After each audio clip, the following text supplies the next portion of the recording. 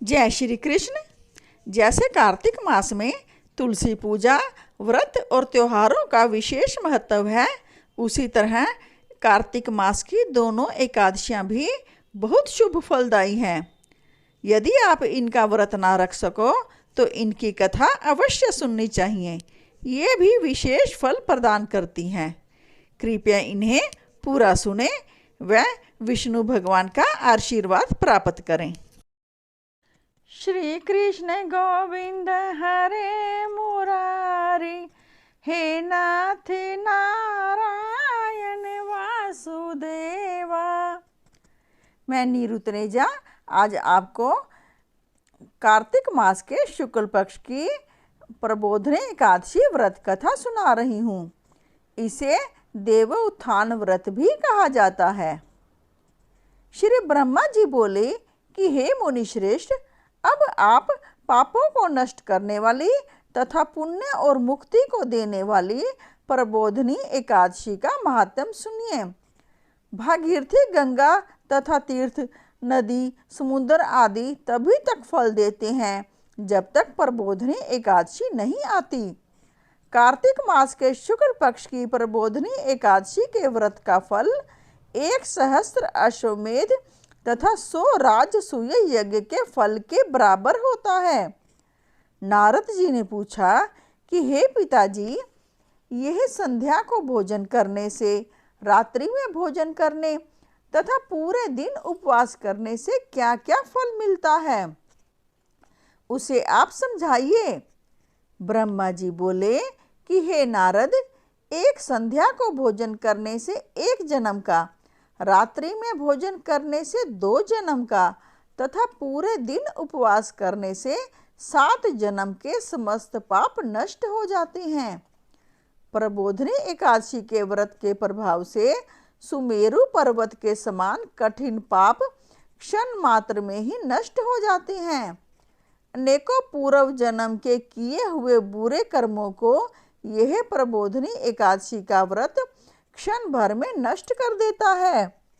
जो मनुष्य अपने स्वभाव अनुसार इस प्रबोधनी एकादशी का विधि पूर्वक व्रत करते हैं, उन्हें पूर्ण फल प्राप्त होता है।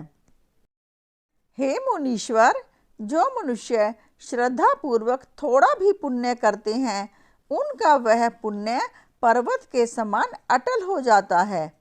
जो मनुष्य हृदय के अंदर ही ऐसा ध्यान करते हैं कि प्रबोधनी एकादशी का व्रत करूंगा, उनके 100 जन्म के समस्त पाप नष्ट हो जाते हैं। जो मनुष्य प्रबोधनी एकादशी के दिन रात्रि को जागरण करते हैं, उनकी बीती हुई तथा आने वाली 10,000 पीढ़ियां विष्णु लोक में जाकर वास करती हैं और नरक में अनेक दुखों को भोगते हुए पितृ विष्णु लोक में जाकर सुख भोगते हैं। ब्रह्म हत्या आदि महान पाप भी प्रबोधनी एकादशी का व्रत करने से धुल जाते हैं। एकादशी के दिन रात्रि को जागरण करने का फल अश्वमेध आदि के यज्ञों के फल से अधिक होता है। समस्त तीर्थों में जाने तथा गो, स्वर्ण, भूमि आदि के दान का फल कार्तिक मास के शुक्ल पक्ष की प्रबोधनी एकादशी के रात्रि के जागरण के फल के बराबर होता है। इस संसार में जितने भी तीर्थ हैं तथा जितने भी तीर्थों की आशा की जा सकती है, वह सब प्रबोधनी एकादशी का व्रत करने वाले के घर में रहते हैं। जो मनुष्य इस एकादशी के व्रत को करता है, वह योगी, तपस्वी तथा इंद्रियों को जीतने वाला होता है, क्योंकि यह एकादशी भगवान विष्णु को अत्यंत प्रिय है। इसके व्रत के प्रभाव से कायिक, वाचिक और मानसिक पाप नष्ट हो जाते हैं। इस एकादशी के दिन जो भगवान की प्राप्ति के लिए दान, तप, होम, यज्ञ आदि करते हैं, उन्हें अक्षय पुण्य मिलता है। प्रबोधनी एकादशी के दिन भगवान की पूजा करने से बाल, यौवन और वृद्धावस्था के समस्त पाप नष्ट हो जाते हैं। इस एकादशी की रात्रि को जागरण करने का फल चंद्र सूर्य ग्रहण के समय स्नान करने के फल से सहस्त्र गुना अधिक होता है। मनुष्य जन्म से लेकर जो पुण्य करता है वह पुण्य प्रबोधिनी एकादशी के व्रत के पुण्य के सामने व्यर्थ है। इसलिए हे नारद, तुमको भी विधि पूर्वक विष्णु भगवान की पूजा करनी चाहिए। जो मनुष्य कार्तिक मास में धर्मपरायण होकर अन्य व्यक्तियों का अन्न नहीं खाते, उन्हें चंद्रायन व्रत का फल मिलता है। कार्तिक मास में भगवान दान आदि से उतने प्रसन्न नहीं होते जितने कि शास्त्रों की कथा सुनने से प्रसन्न होते हैं। कार्तिक मास में जो मनुष्य भगवान की कथा को थोड़ा बहुत पढ़ते या सुनते हैं, उन्हें 100 गौओं के दान का फल मिलता है। जो मनुष्य अपने कल्याण के लिए विष्णु भगवान की कथा सुनते हैं, वे अपने कुटुंब का उद्धार करके 1 सहस्त्र गोदान का फल पाते हैं। जो मनुष्य प्रबोधिनी एकादशी के दिन विष्णु जी की कथा सुनते हैं, उन्हें 7 दीप के दान का फल मिलता है। जो विष्णु जी की भक्ति पूर्वक कथा सुनते हैं और कथा बांचने वाले ब्राह्मण की यथोचित पूजा करते हैं तथा उन्हें संतुष्ट करते हैं, वे उत्तम लोक को जाते हैं। इस पर नारद जी बोले, हे ब्रह्मा जी, अब आप एकादशी के व्रत का विधान कहिए और कैसा व्रत करने से कौन सा पुण्य मिलता है वह भी समझाइए। ब्रह्मा जी बोले कि हे नारद जी, इस एकादशी के दिन मनुष्य को ब्रह्म मुहूर्त में उठना चाहिए और नदी, तालाब, कुआं आदि पर स्नान करके व्रत का नियम ग्रहण करना चाहिए।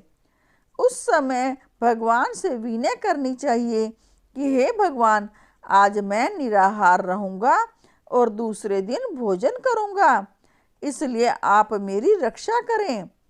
इस प्रकार विनय करके भगवान की पूजा करनी चाहिए। उस रात्रि को भगवान के समीप गीत, नृत्य, बाजे तथा कथा आदि से व्यतीत करना चाहिए। प्रबोधिनी एकादशी के दिन कृपणता को त्याग कर बहुत से पुष्प, फल, अगर, धूप आदि से भगवान की आराधना करनी चाहिए। शंख के जल से भगवान को अर्घ्य देना चाहिए। इसका समस्त तीर्थदान आदि से करोड़ गुना फल अधिक होता है। जो मनुष्य पुष्प से भगवान की पूजा करते हैं, उनके सामने इंद्र भी हाथ जोड़ता है।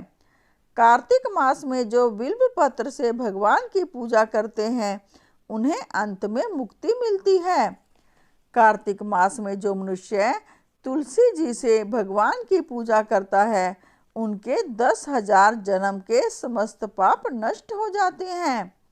जो मनुष्य इस मास में श्री तुलसी जी के दर्शन करते हैं या छूते हैं या ध्यान करते हैं या रोपण अथवा सेवा करते हैं, वे 1000 कोटि युग तक भगवान के घर में रहते हैं।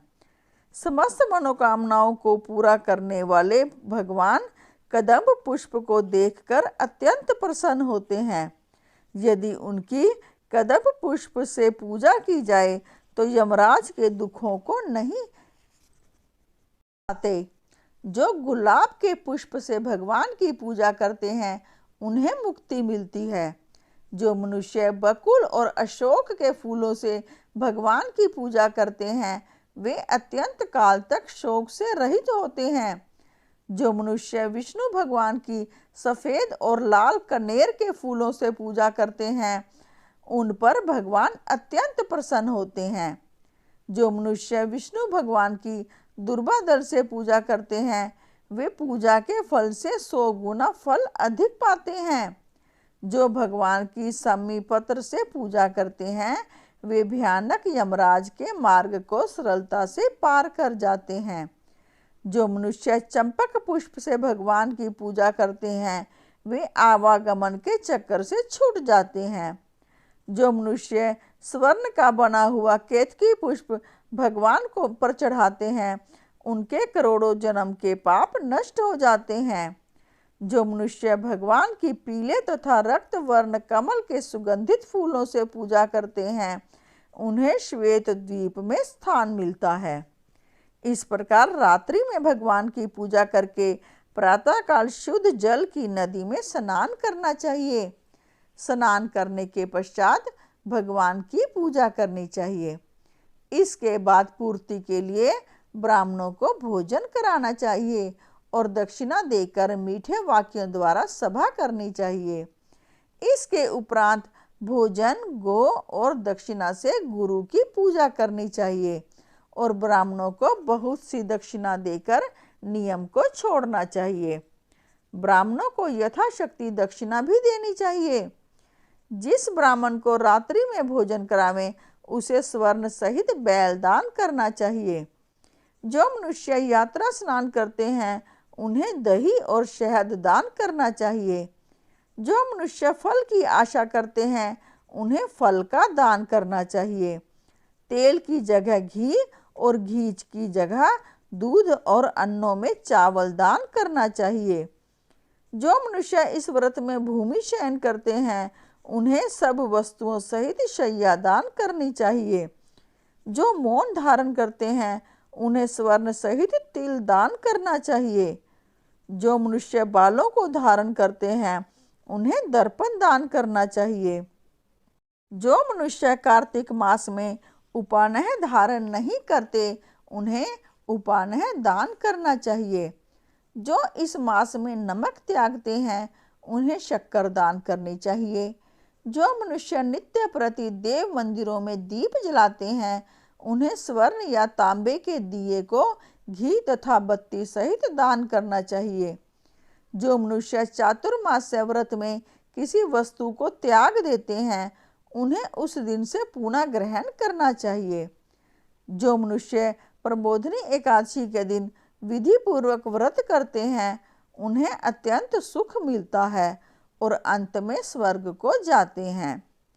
जो मनुष्य चातुर्मास्य व्रत को बिना किसी विघ्न के पूरा कर लेते हैं उन्हें फिर दोबारा जन्म नहीं मिलता।